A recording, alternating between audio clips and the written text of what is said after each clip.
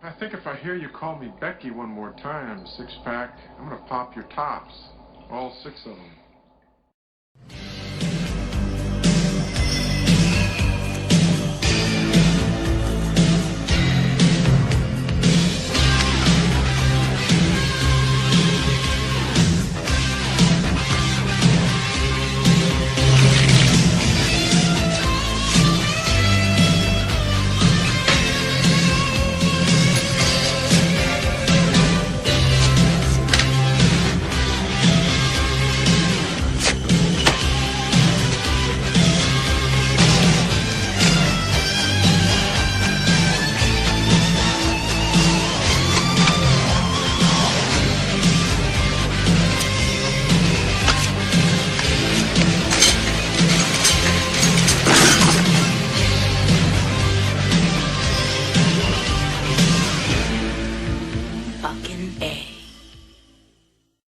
Hey, this is Matt once again. Welcome back to another review, and this is a review for Charzino.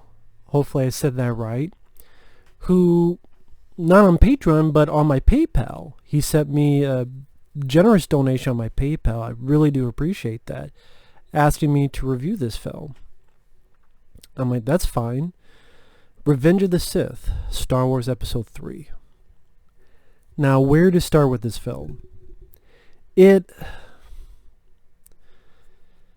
Long ago, and not in a galaxy far away, and a YouTube near you, I had reviews of the prequels years ago. I took them down because I was not happy with them.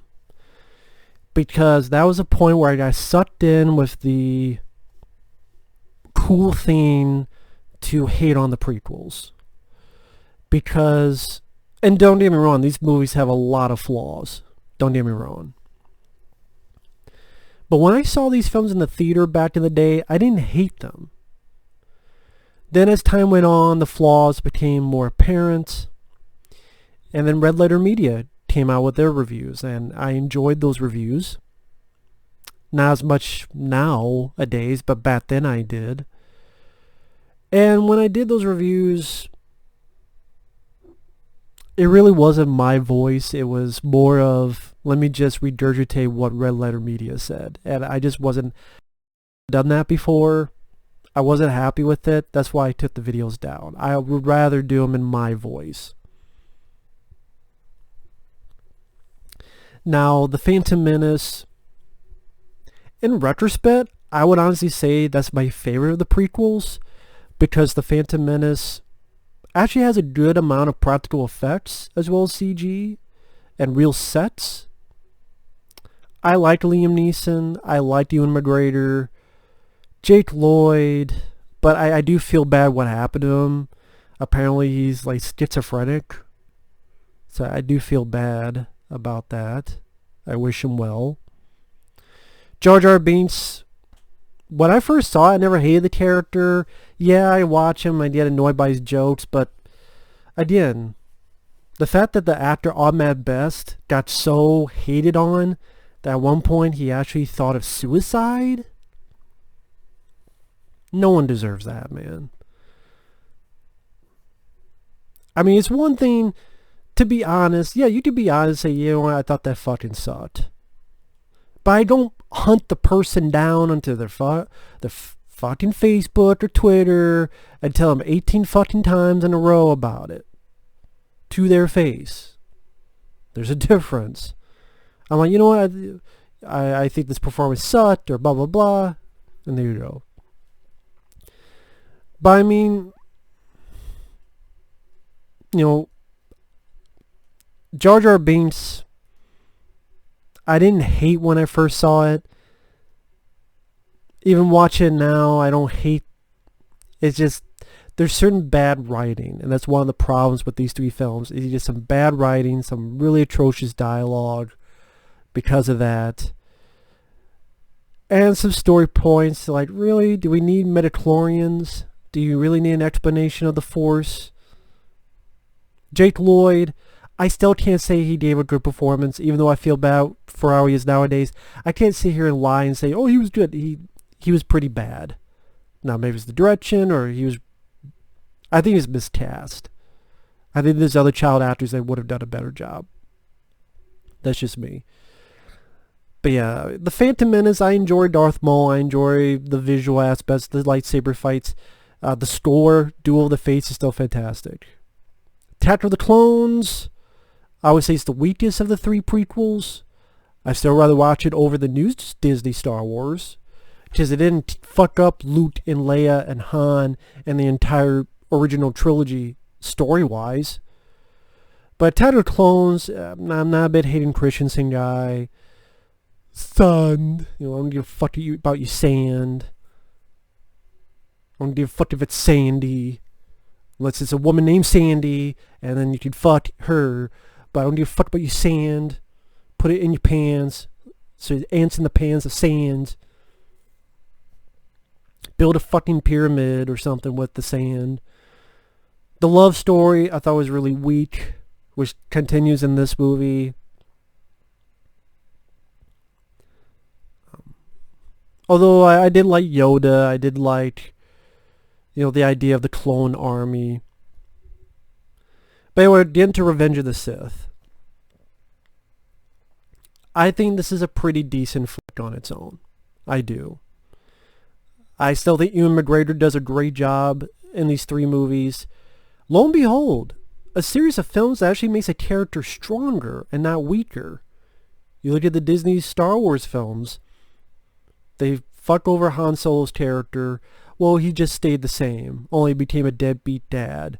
Oh, they fuck up Luke Skywalker's character. Well, he became a hermit, chicken shit, getting titty alien milk, being a grumpy puss. R2-D2, he shows a map, he goes to sleep. The next movie, he shows a map, he goes to sleep. C-3PO, he does nothing. Oh, now he can see the language, but he can't speak it for some stupid arbitrary plot point convenience. Just shut down. No memory, but R2-D2 just happens to have the memory. Banks, whatever. Here, Obi-Wan Kenobi, I liked him in the original films. Alec Guinness did a good job, but here we get more of him being a badass. He takes out Darth Maul, General Grievous in this movie, and Anakin Skywalker. And just, the multiple stuff Obi-Wan does. You see him in his prime. You see him kick ass. You see him take names. But he's not superpower OP as well, like Rey. He seemed like a better, interesting character. The rapport between him and Anakin, I could watch it for Ewan McGregor's performance. I thought he pulled it off very well. I think he's easily one of the best parts, maybe the best part of the prequel trilogy. Which is more than I could say for the new trilogy, because I don't give a shit about any of those characters. But here, you take a character from the original trilogy and you make him a stronger character, because you gave him more to do, and more personality, and more to play with, as well as just some nice badass moments. Go figure. The spectacle was nice. The big space battle at the beginning I thought was fun. Ewan McGregor's fun. And his Hayden Christensen, I still think he's wooden. I think he's better here than he was in Attack of the Clones. Granted, but I just think there's other actors that could have done more personality, or just more finesse, or smoother line delivery than Hayden Christensen. Just that I've seen Hayden Christensen in other stuff and I still thought he sucked. For example, this movie called Awake, which wanted me to go to sleep, which I think had like Jessica Biel or Jessica Alba, one of the Jessicas, and Terrence Howard. That was a horrible movie, in particular for Hayden Christensen. I've seen him in other stuff. Taters. I didn't give a shit about him in Taters.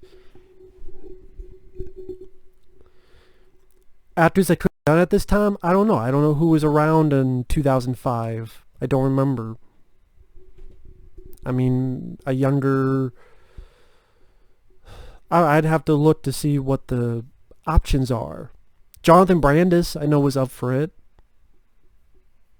I think I would have liked him more as an actor. And I did in Stephen King's It, and even Sidekicks with Chuck Norris. I think he would have been better than Hayden Christensen, but sadly Jonathan Brandis didn't get the part. Then soon after, he committed suicide, which was sad. If you don't know who Jonathan Brandis is, look him up. He was on this TV show Sequest, DSV, with Roy Scheider. Like I said, he was in the original Stephen King's It as the leader of the group of kids. He was befriended by Chuck Norris and sidekicks. But Hayden Christensen, his performance and the love story between him and Natalie Portman. Natalie Portman has showed that she's a... That's why people say, well, it's just the script. No, I've seen Natalie Portman get better in other movies. I have not seen that with Hayden Christensen. But I have seen that with Natalie Portman. And the love story, I didn't really care for. I think it's one of the weakest aspects of this trilogy. I really do.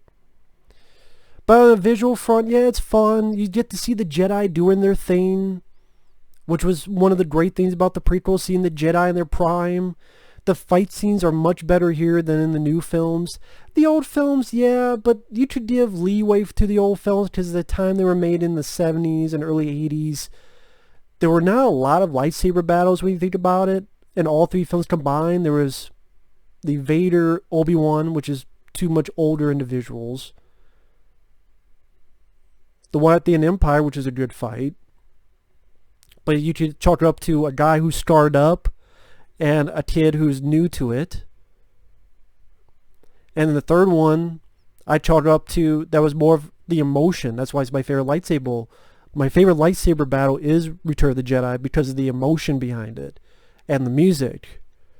It's him going wild, and it's the emotion, not the choreography. But here, I still like the choreography in this, in these three prequel movies. You get to see the Jedi being smooth and wonderful choreography. You get neither of that in the new Disney films. You don't get the great choreography, but you don't get the emotional impact that was in the original trilogy as well.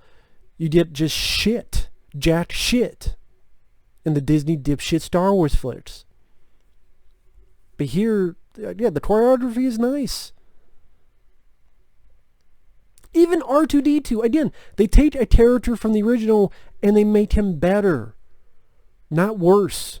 R2-D2 even gets badass moments. Hey, during the space battle, he's going to shot the shit out of this fucking robot that's trying to fuck up Anakin Skywalker's spaceship. Zaps it right in the eye. When they've landed, R2-D2's by himself. These two are picking on him.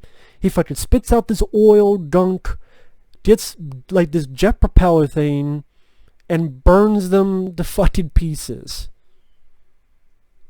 Pretty badass. I don't know why he didn't do that in the original trilogy. Maybe they got dismantled by then, I guess.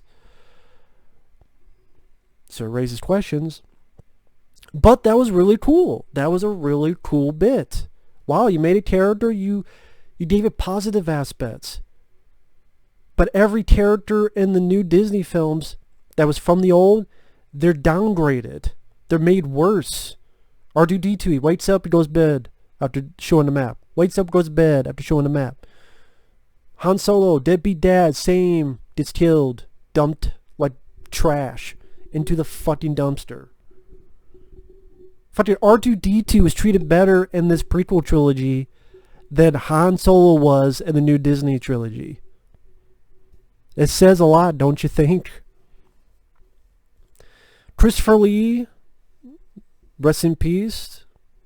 He did a nice job in these movies as Count Dooku. Nice fight choreography, smooth, well trained. General Grievous was interesting because he's kind of robotic, but he's also, you see his eyes behind it, so there's a bit of organic tissue because he's coughing. And I'm guessing it's the stuff around him that makes him be able to live in space in this one scene where he breaks out a window. I like the look of the character. I mean, there's not much to him as a villain, but aesthetically speaking, it was nice. And each one kind of gave us new villains. Darth Maul, Christopher Lee's Count Dooku, General Grievous. At least they gave us some new stuff to look at, and they were each three different in their own right. They weren't the same. What did you get in the new Disney films? A wannabe shitty Darth Vader who's emo bitch. This Andy Serkis motherfucker who looks like you ever seen that movie Head of the Family from Full Moon? If he was like an adult grown, the like a baby pinhead, whatever you want to call it. Imagine if Jason Voorhees, as a kid, he grew up and his brain just got bigger and bigger. He just looks like a mongoloid fuck. That's what the Snoke. I was a blow smoke up his ass. Just that's what it did to the audience.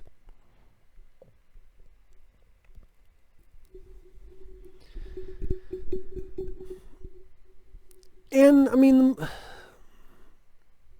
the story-wise, it had an uphill battle because you know where it has to go because it's a prequel. That's why I'm not the biggest fan of prequels in general, for the fact that you know where the story has to go. So there can't even be any attempt to suspense because you know that person's got to die, that person's going to live, he's going to live. You know Yoda and Obi-Wan are going to live. You know Padme's going to die. You know Palpatine's going to live. You know all these Jedi's going to die because they're not in any of the other movies. Like, you already know that, so you're already ahead of the game before you even enter the movie. So that's kind of the catch-21 of it. Catch-22, catch-23, 12, whatever the fuck it was called.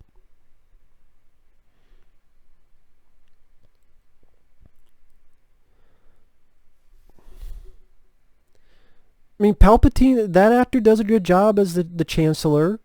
He has a wonderful voice. Utilized way better here than fucking Rise of fucking Skywalker. Trying to tempt Anakin. Hey, I know you're having nightmares of Padme dying from childbirth. She tells him she's pregnant. Hey, I remember the story of Darth Plagueis the Wise. Save people from death. The potential of the love story just did not click. So it doesn't come off as powerful as it could or should be. And while I'm enjoying the aesthetics of Obi-Wan fighting General Grievous, who has all these arms and all these lightsabers, one that leads to another, he's able to shoot Grievous in the fucking heart, which was nice, with a blaster. When Anakin finally turns, it just comes off as abrupt, though. And the way it's done, I would have done it differently.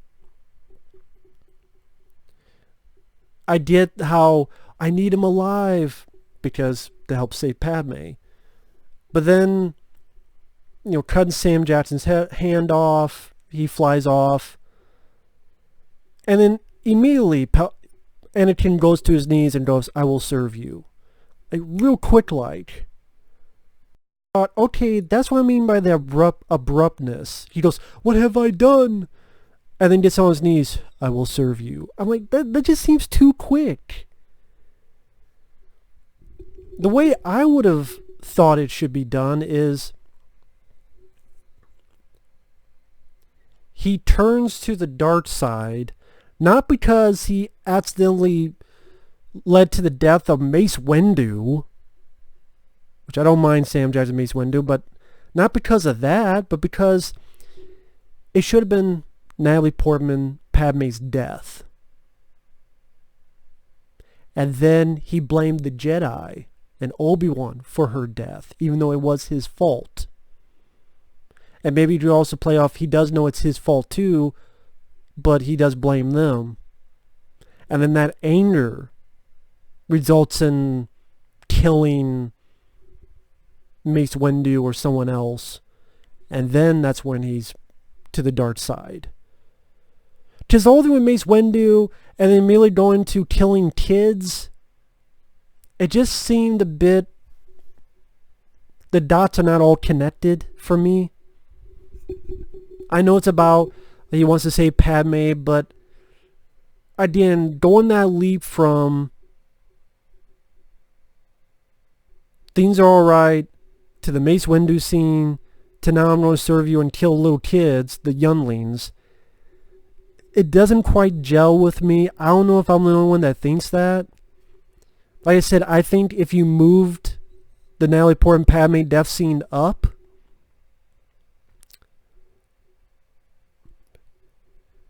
and then you could reveal that, they gave birth and he doesn't know it.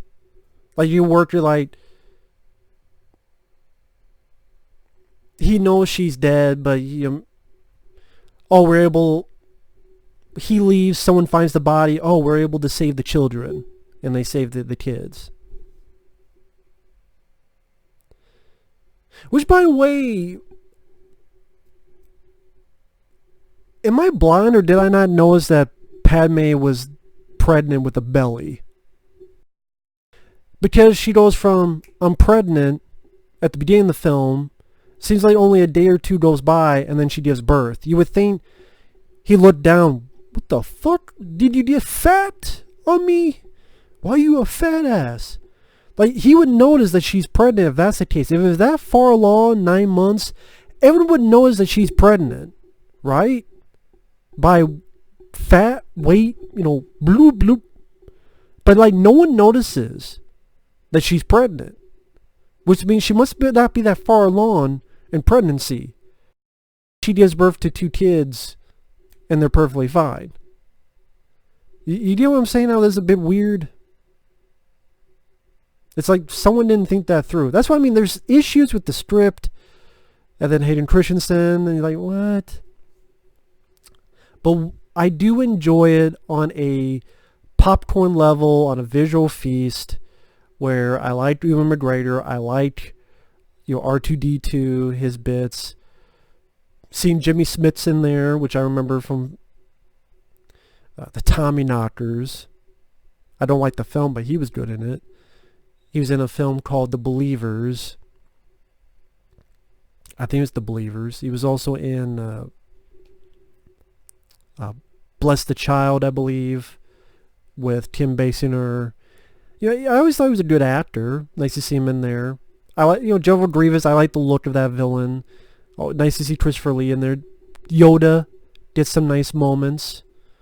You do have a Chewbacca in a bit. You do have the Wookiee homeworld fighting, which was nice to see. Because that's what people want in Return of the Jedi. You do get to see it in this. That was cool. It does have a certain seriousness when Order 66 happens and they start killing all the Jedi, and the fact that you don't see it, of course, but kids are killed. Okay, they went there, a little bit ballsy. The fight at the end, granted it feels it goes on too long, and the fact it keeps cutting to the Yoda Palpatine battle, kind of lose focus on that battle. I think maybe if you had the Obi-Wan Palpatine, have the Yoda Palpatine, and then have a break, and then have this, cut down the fight a little bit, and not break away so often from the fight, maybe it would have had a bit of a more impact. Overall, I mean, and yeah, more practical, less CGI would have been nice too. So again, I do have issues, but there are chunks of the fight I do enjoy. I do like the choreography. I do like the idea of Yoda and Palpatine. Yoda actually being able to fight and have a battle. I do like the reappearance of the Duel of the Fates music. Part of me, I know there's no way to do this, but part of me wishes that there was a way that Yoda to kill Palpatine and Obi-Wan literally kill Anakin. Of course, there's no way to do that because it's a prequel. But that's what I mean. I wish in a weird way that it wasn't a prequel. It was some Quentin Tarantino fuck history side view, like Inglourious Bastards with killing Adolf Hitler that way. Like, just went a side quest, just to the fuck off highway of Hershey Avenue. And you just had Yoda fuck up Palpatine, the Emperor, and Obi-Wan kill Anakin.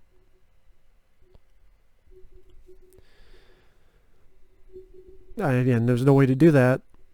But I mean, I did like the battle. I just thought the battle between Obi-Wan and Anakin was a bit too CGI for my taste, with the backgrounds of the lava, and just seemed a bit too long, moving away from the action a bit too often. But there's bits and pieces that I like. I'll take that more than any of the fights in the Disney Star Wars flicks. And Anakin gets beaten in a brutal way. Gets both his legs taken out, is burned alive, all scarred up. That was interesting to see. But then when he's Vader, the no, that's the worst part of the movie. I look at that and I go, any number of people must have seen this before it came out. Testing, or test screening, or just directors, producers watching it in their screening room. You tell me no one went, that's a bit silly and goofy. Don't have them go, no. No, it is. That became one of the poster flaws of the trilogy. When people say the prequels suck, that's the one that comes up. This is a bad, horrible fucking moment. So, I mean, to repeat myself, yeah, the film has a lot of flaws. The bit too much CGI, the love story not working the best, that could have been powerful, but it's not, it just didn't click. Hayden Christensen, I don't think is much of an actor, I think he's a bit wooden.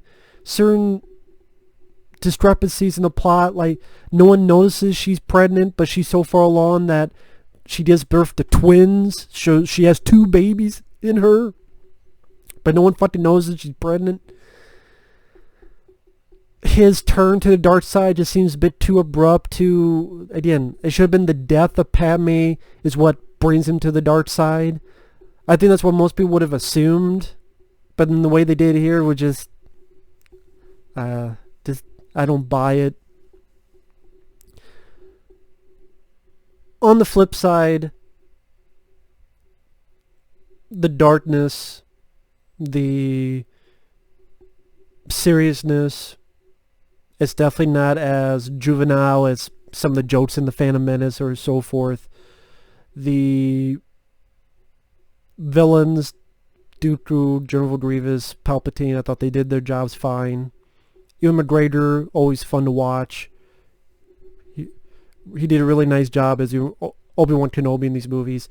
The music, John Williams put more stuff into the music in these than into the new Disney Star Wars films. Just here, this seems like more uniqueness to the score, especially Duel of the Fates, than any piece of music in the new Star Wars movies. The action scenes, Obi-Wan battling General Grievous, the space battle at the beginning. I mean, the fight, granted, a bit too long, but there was still some fun to be had. There were some nice visuals. I keep going back to the space battle. As well as some CGI that, granted, it's 2005, but it's like, the CGI doesn't hold up. Like when Obi-Wan Kenobi's riding the CGI creatures, like, So it does have its flaws, but overall, I just say I still had a decent time with it. Not a fucking 10 out of 10 IGN, but it's not a 4 out of 10 Bret Hart rating either. It's kind of maybe a 6 out of 10, which I never do ratings, but maybe a 6.5. Like one of those, like, decent, I liked it. Some characters I have their moments. Has his problems as well. I think one of the things with Phantom Menace I liked is that you could end that film and it could still work as a standalone.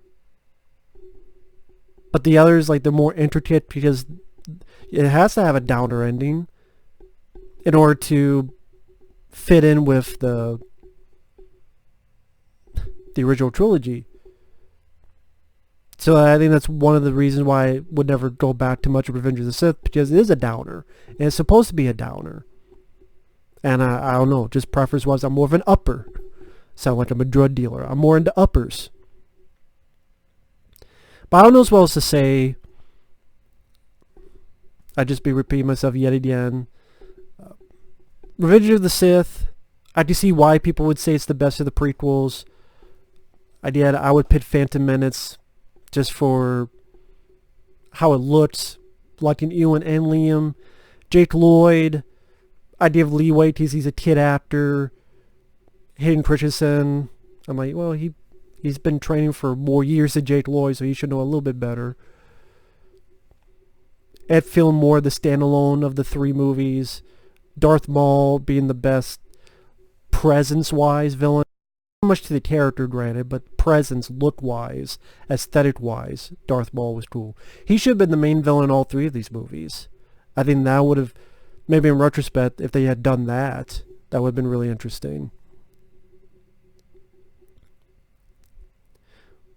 But with that said, it is what it is. Take this miles upon miles over the Disney dipshit Star Wars movies. Because you know what these films did not do at the end of the day? They did not ruin the story of the original trilogy and make Luke, Leia, and Han Solo fucking pointless and useless. The new Disney Star Wars films did. These did not, despite their flaws. Anyway, thanks once again to Charzino. Hopefully I pronounced your name right. If not, I apologize. If anyone ever wants to shoot me a PayPal or join my Patreon, the links will be down below. If not, believe me, I perfectly understand because I'm pretty damn boring when it comes to reviews. So I don't blame you. Believe me, I know. But still, I do appreciate people for watching. Thank you guys. And we will see you guys later. Take care. Bye-bye.